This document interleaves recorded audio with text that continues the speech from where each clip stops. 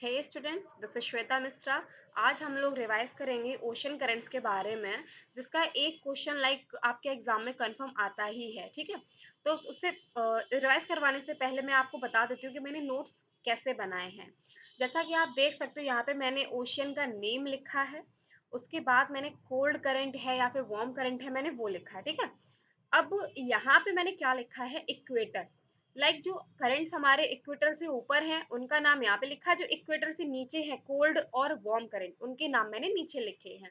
ठीक, जैसे कि देखो, जैसे कि आपका पैसिफिक करंट, पैसिफिक ओशियन है, तो ये देखो आपका इक्वेटर जा रहा है। इक्वेटर से ऊपर ये देखो आपका वार्म करंट है, वार्म करंट है, वार्म करंट है। ठीक, और वहीं पे इक्वेटर से ऊपर ये आपके कोल्ड करंट है। तो ऐसे ही इक्वेटर से ऊपर ये वार्म करंट, एंड इक्वेटर से ऊपर वार्म करंट, और इक्वेटर से ऊपर कोल्ड करंट। वहीं पे इक्वेटर है, तो इक्वेटर से जो नीचे है, इक्वेटर हो गया, इसके नीचे आपका ये वार्म करंट है, ये वार्म करंट है, ये कोल्ड करंट है, ये कोल्ड करंट है। तो वैसे ही इक्वेटर से हमने नीचे पे ये बना दिए हैं, ये आपके कोल्ड करंट है, और रेड से हमने वार्म करंट को लिखा है। ठीक, अब without any delay of the time revise कर लेते हैं। पैसिफिक ओशियन में जो आपका कोल्ड करंट है, पहला आता है आपका ओकोटास्क, फिर कामाचटका, फिर क्यूराइल, ओयाशियो एंड कैलिफोर्निया। और वहीं पे इक्वेटर से नीचे South Pacific current and Peru या फिर हम्बोल्ट करंट आएगा आपका। वहीं पे वार्म करंट क्या है पैसिफिक ओशन में, north Equatorial current, सुशीमा current, Kuroshio, north Pacific and Alaska. ये हैं आपके वार्म करंट। और इक्वेटर से नीचे साउथ इक्वेटोरियल करंट है और ईस्ट ऑस्ट्रेलिया करंट है। ये इक्वेटर इसलिए बनाया है ताकि आप, जिसने आपने पढ़ा है ना इक्वेटर ऊपर ही से, तो आपके दिमाग में इमेज सेट रहेगी। ठीक, वहीं पे अटलांटिक ओशन में जो कोल्ड करंट है, that is Labrador, Canary current, East Greenland, नीचे आता है Falkland, South Atlantic Benguela current. वहीं पे जो वार्म करंट है, that is North Equatorial current, Antilles current, Florida, Gulf Stream, North Atlantic drift, Norway and Rennell current. And equator से नीचे South Equatorial current and Brazilian current.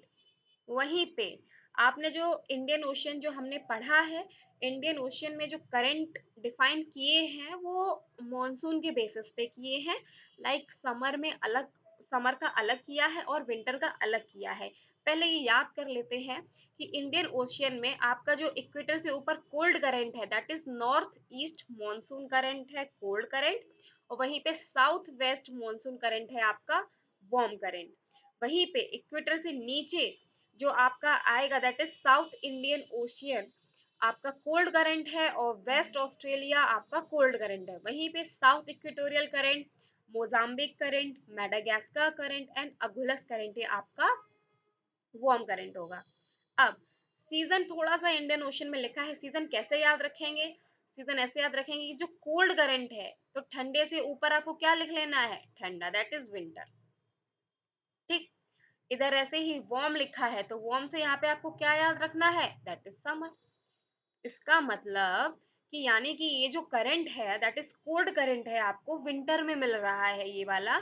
और वहीं पे warm current है साउथ वेस्ट मॉनसून करंट, कौन से monsoon में मिलेगा आपको, समर मॉनसून में मिलेगा। ठीक, इसी का अपोजिट कर लेते हैं कि ऊपर अगर विंटर है तो नीचे अपोजिट का काम होगा। ऊपर इधर विंटर है, तो नीचे हम इसी बॉक्स में समर लिख लेंगे। वहीं पे ऊपर अगर दूसरे बॉक्स में समर है, तो नीचे हम उसी के अपोजिट क्या लिख लेंगे, विंटर लिख लेंगे। तो इससे हमें ऐसे याद होगा कि साउथ इंडियन ओशियन करंट हमें कब मिलता है, कौन से मॉनसून में, समर मॉनसून में। वेस्ट ऑस्ट्रेलियन कौन से मॉनसून में, समर मॉनसून में।